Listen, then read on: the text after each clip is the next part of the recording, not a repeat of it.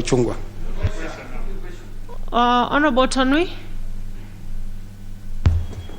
Thank you, Chair. I want to support that amendment because of late, NH Airport has been performing. We have not heard of late of any scandals. If there was latest scandals, we could get rid of them through this law.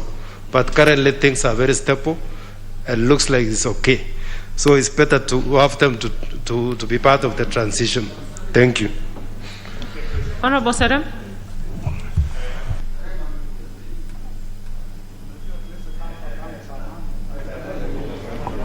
Thank you, Madam Chair.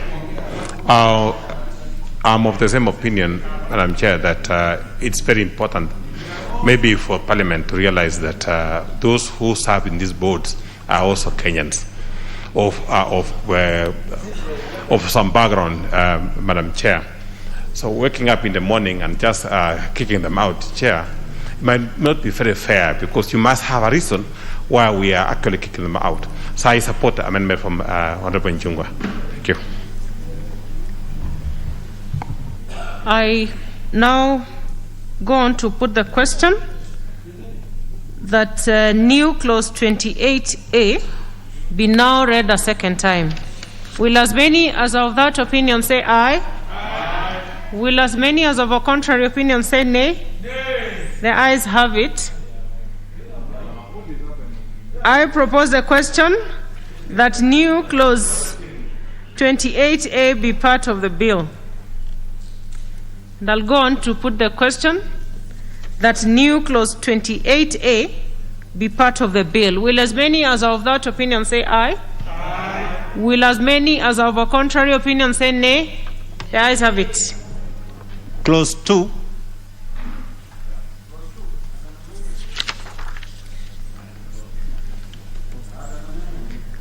I propose the question. No, we need to have the chairperson.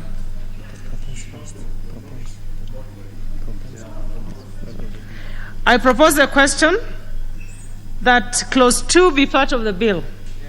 Let's have the chairperson to move. Thank you, Chair.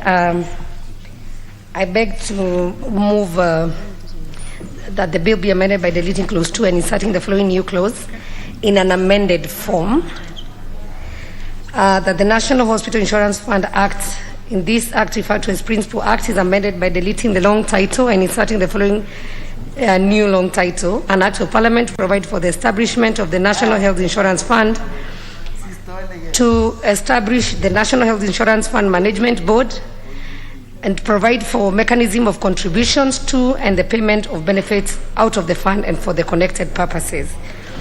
Chair, I've just deleted the National Health Scheme because now with the UHC now, we'll just have the National Health Insurance Fund, everything under one. I move, Chair.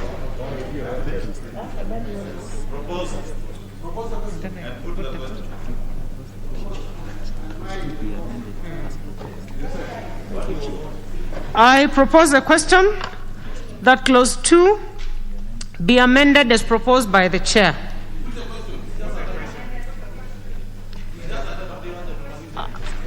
I put the question that clause 2 be amended as proposed by the chair. Will as many as of that opinion say aye? Aye. Will as many as of a contrary opinion say nay? The ayes have it.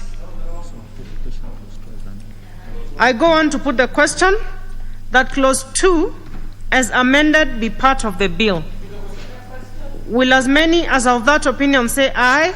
Aye. Will as many as of a contrary opinion say nay? The ayes have it. Title.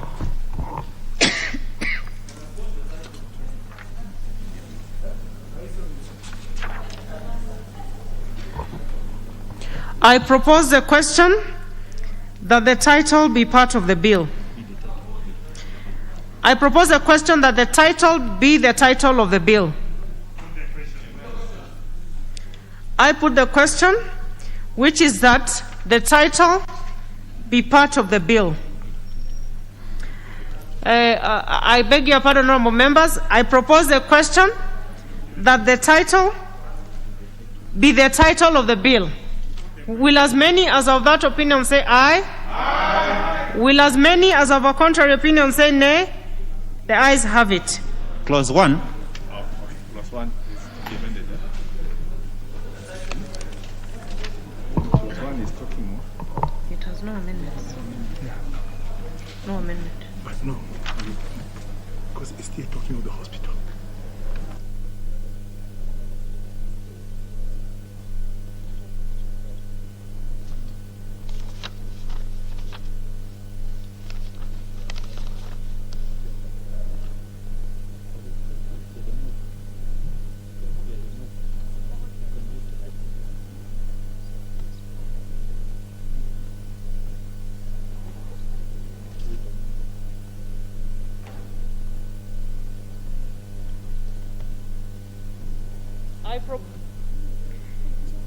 Note.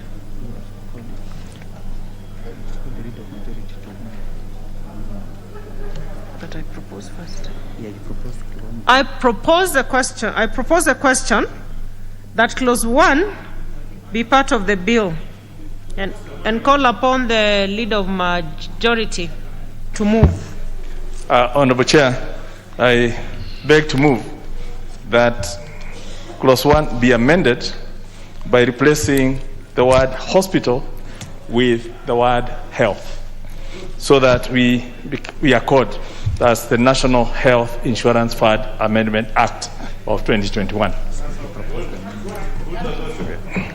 I propose a question that clause 1 be amended as proposed by the leader of majority. I put the question that clause 1 be amended as proposed by the leader of majority. Will as many as of that opinion say aye? Aye. Will as many as of a contrary opinion say nay? The ayes have it.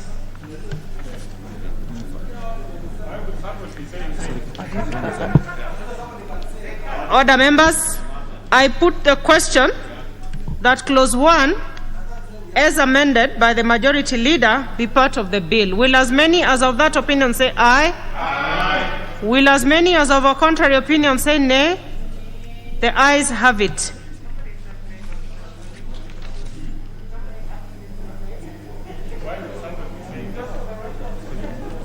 I now call upon the mover to move reporting.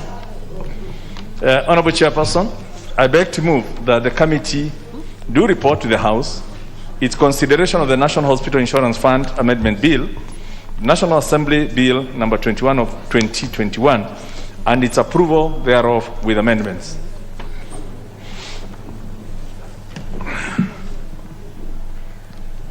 I go on to put the question for reporting.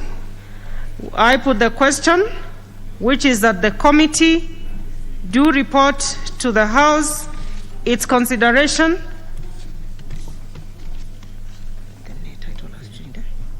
of the National Hospital Insurance Fund Amendment Bill, National Assembly Bill number 21 of 2021, and its approval thereof with amendments.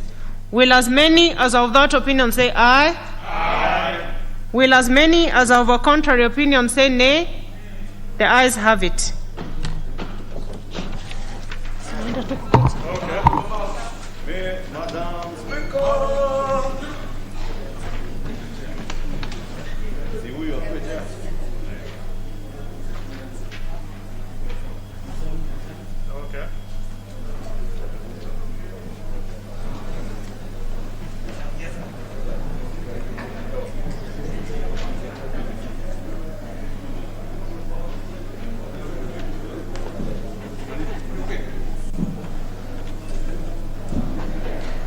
I now call upon the chairperson to report to the House. Chair.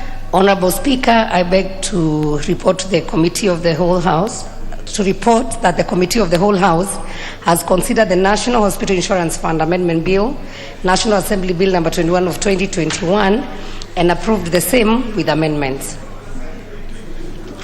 I call on the mover to move agreement with the report. Honorable Speaker, I beg to move that the House do agree with the committee in the said report. And I also request the Honorable John Badi to second the motion for agreement with the report of the committee of the whole House. I second.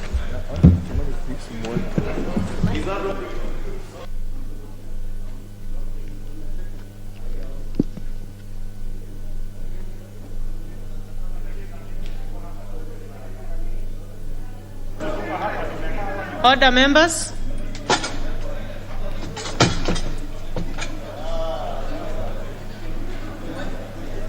Members, take your seats.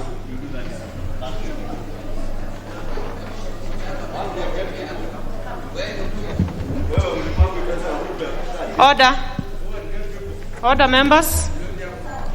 Honorable members, I propose a question, which is that the House do agree with the committee in the said report. Should I proceed to put the question? I put the question, which is that the House do agree with the committee in the said report. Will as many as of that opinion say aye? Aye. Will as many as of a contrary opinion say nay? Nay. The ayes have it. I now call upon the mover to move third reading. Honorable Speaker, I beg to move that the National Hospital Insurance Fund Amendment Bill, the National Assembly Bill number 21 of 2021, be now read a third time. Honorable Speaker, I want to take this opportunity to thank the members who have been working on this bill from the time it was introduced in the House for the first reading, through the committees, through the public participation, in the second reading, through the vibrant contributions that were made on the floor of this House, and the enrichment that we have witnessed on the bill through the various amendments that we've been considering in the Committee of the Whole from yesterday all the way to today, all geared towards making the National Health Insurance Fund a better fund to achieve the bigger dream of universal health for our people, which is one of the big four agenda items. And to really wish that now the Kenyan people will be covered, I would want to wish that we can all participate and help in the rollout of the bill.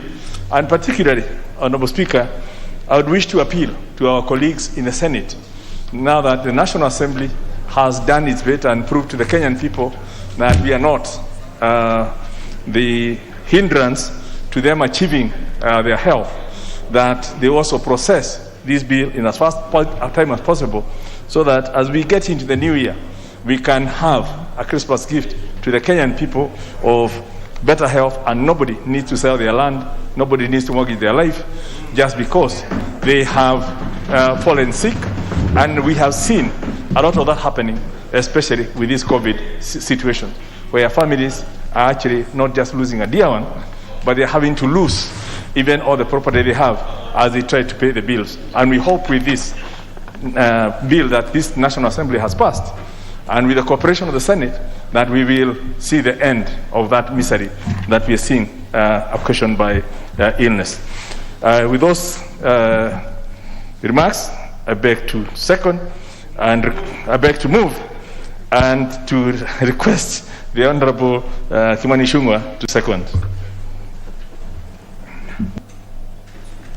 Thank you, Honorable Speaker, and wish also to take this opportunity to thank the Leader of Majority, who was the mover of this bill, Honorable Speaker, and also members for those who contributed in the second reading and those who have persevered since yesterday to sit here for the long hours that we sat yesterday afternoon up to evening, and of course including the very able chair and the vice chair of the Health Committee for their diligence in this bill, and members for their patience, Honorable Chair.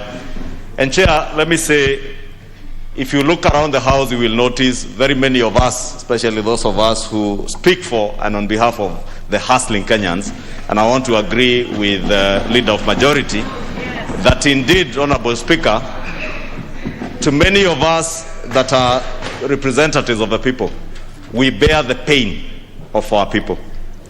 Honorable Chair, this bill is so important to the people of Kenya.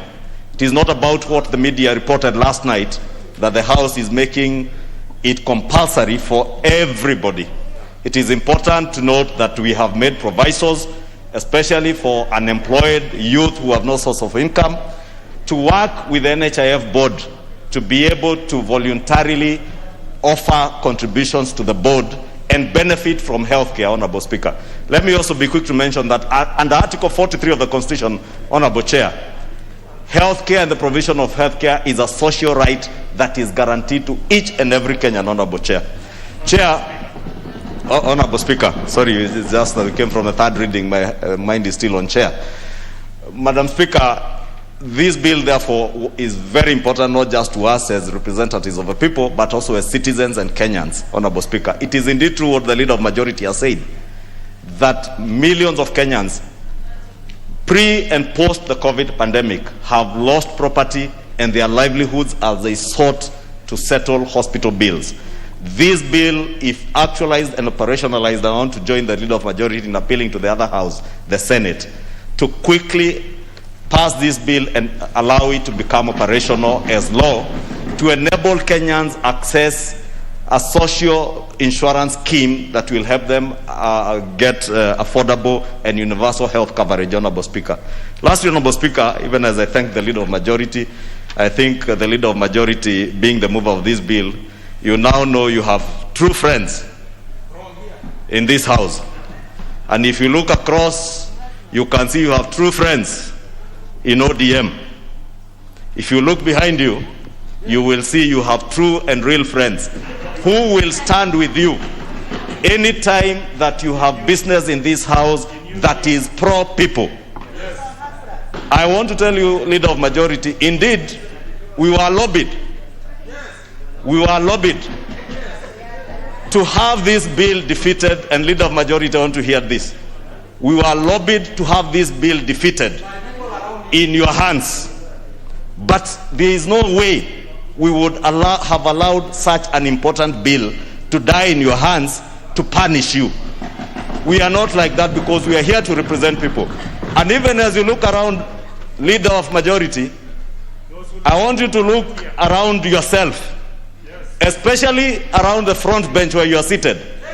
Look around and tell yourself, ask yourself, where the people who are supposed to be seated with you there are today, when they are supposed to be here speaking and pushing a bill that is for the benefit of the people of Kenya. Honorable Leader of Majority, I want to thank you and tell you, every time,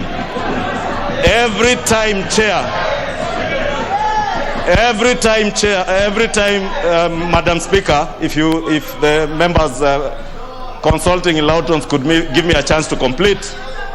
I was telling the Leader of Majority, every time he has a bill or a motion that is pro-people, he can count on those of us who believe in standing for the people of Kenya, and those who will never use political expediency to punish people, Honorable Speaker. Thank you, and I beg to second. Order. Order, members. Order, members. Order. Order. Order. Order, members. Order, members. Order, members. Order, members. You can shout as much as you want, but nothing is being recorded of what you're saying. Yet you still have a chance to speak after I propose the question. So order. Let's have order.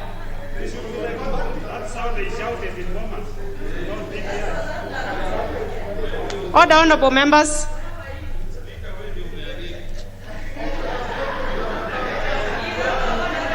You are out of order, members.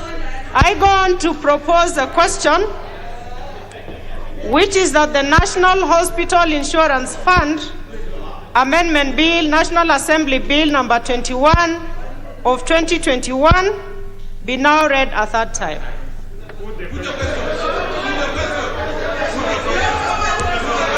Should I go on to put a question? Order. Order, members.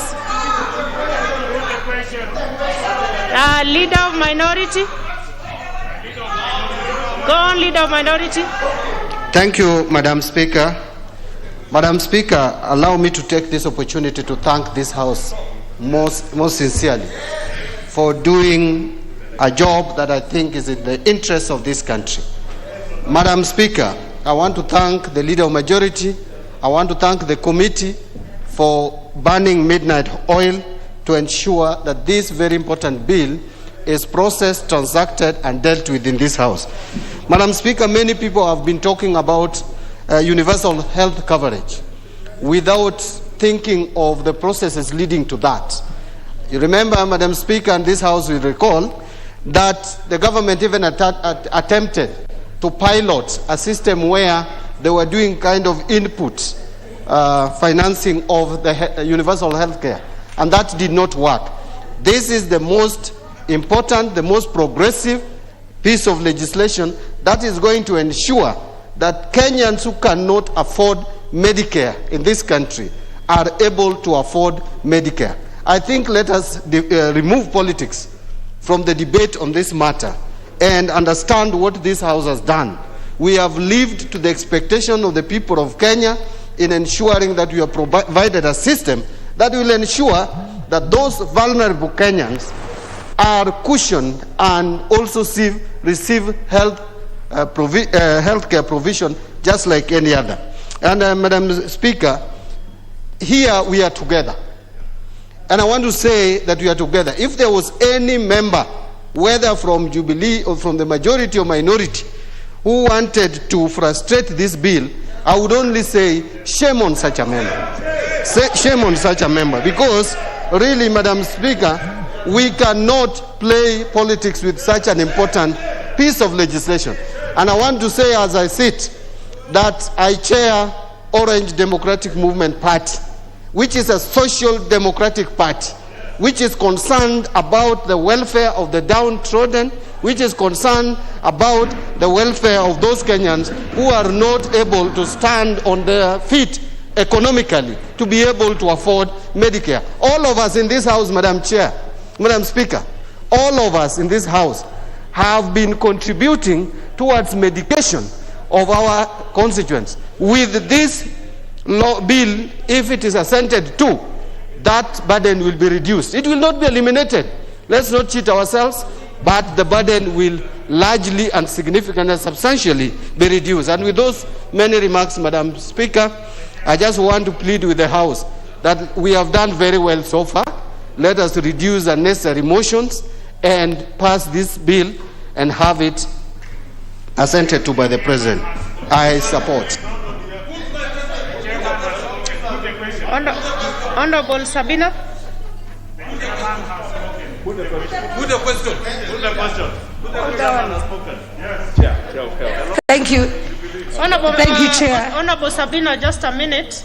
Members, we are on third reading, so it's not the same as second reading. So you must be very brief. Brief and to the point. We are not revisiting the debate of second reading. Thank you, Chair. Mine is just to thank the entire House, Madam Chair, and especially the members who are here until late yesterday night and who are also committed to come today.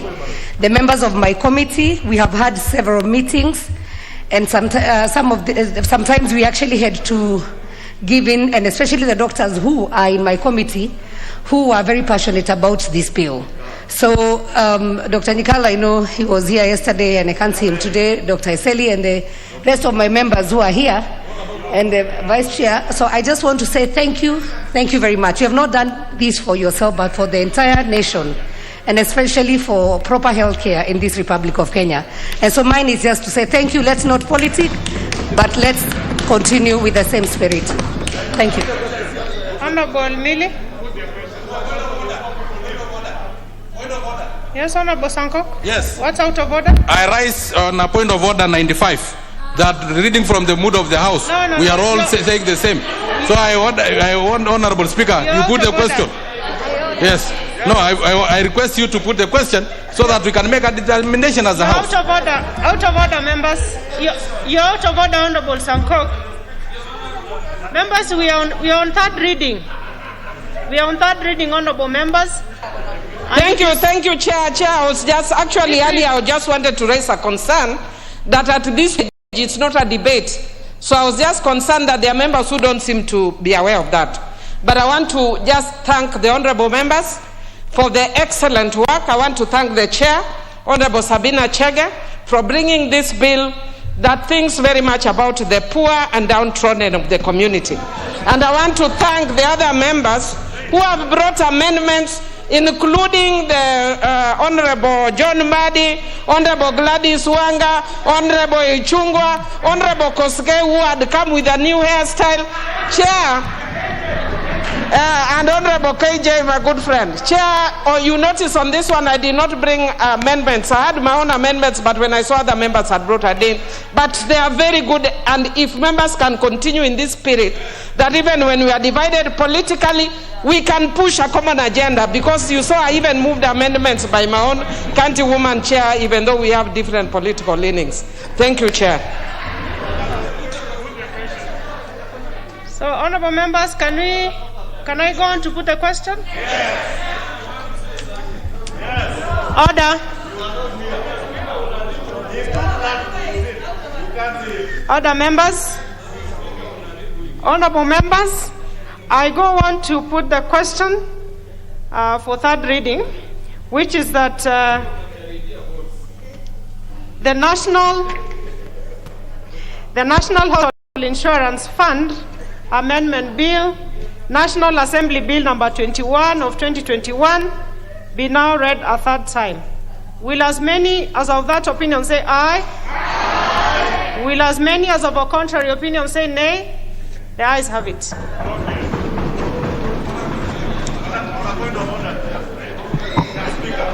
A bill for an act of parliament to amend the National Hospital Insurance Fund Act 1998. Next order. What's out of order, Honorable Ishunga? Honorable Speaker, it might have escaped you in the heat of the engagement, but when Honorable Sankok stood up on a point of order, he said something to the effect that he's standing up on Standing Order 95, and he says that he now orders you, as a speaker, to put the question. And I know it might have escaped, but because he's on record, Honorable Speaker, it is important that the Honorable Sankok withdraws, that he cannot be ordering the speaker to put the question. But also in the heat of the moment, I ruled him out of order. So it cancels out. I already ruled you out of order, Honorable Sankok. You are already out of order, Honorable Sankok. So it doesn't hold anymore. Let's move to the next order. Order number 9, the Landlord and Tenant Bill, National Assembly Bill number 3 of 2021, second reading. Leader of Majority.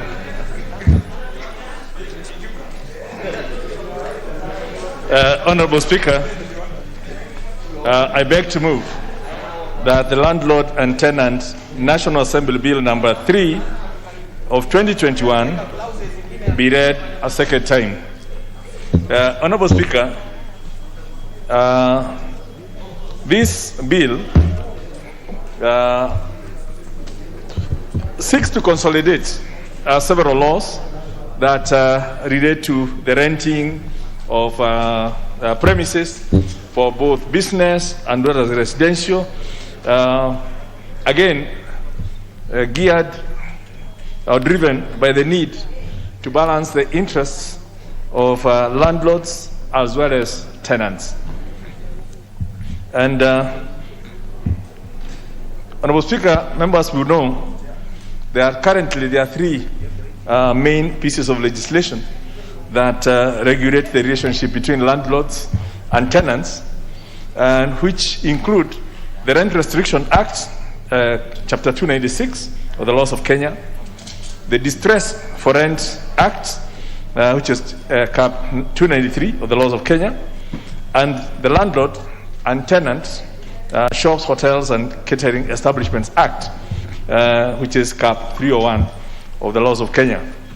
And each of these targets different segments. So you have the business premises being sorted out from one end, then the Rent Restriction Act, which takes care of people at the lower levels, and then the distress